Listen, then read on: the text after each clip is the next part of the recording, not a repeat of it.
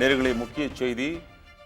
வானிலை நிறுவனங்களை தரப்போகும் புதிய தலைவராக தற்போது முதல் பெண் தலைவராக பாலச்சந்திரன் ஓய்வு பெறக்கூடிய நிலையில் அமுதா பொறுப்பேற்க இருக்கிறார். தென்மண்டல வானிலை ஆய்வு மையத்தின் முதல் பெண் தலைவராக தற்போது அமுதா நாளை பொறுப்பேற்க இருக்கிறார். 1991 முதல் வானிலை ஆய்வு மையத்தில் பணியாற்றி வரக்கூடிய நிலையில் வடகிழக்கு பருவமழை தரவுகளை ஆராய்ந்து அதில் முனைவு பட்டமும் அமுதா பெற்றிருக்கிறார் என்பது குறிப்பிடத்தக்கது. வானிலை ஆய்வு மையத்தின் தென்மண்டல தலைவர் பாலச்சந்திரன் இன்றுடன் பணி ஓய்வு பெற இருக்கக்கூடிய நிலையில் புதிய தலைவராக தற்போது அமுதா பதவியேற்க இருக்கிறார். தென்மண்டல வானிலை மையத்தின் புதிய தலைவராக, அதுவும் பெண் தலைவராக அமுதா நாளை பொறுப்பேற்கிறார் என்ற தகவலானது தற்போது வெளியாகி இருக்கிறது.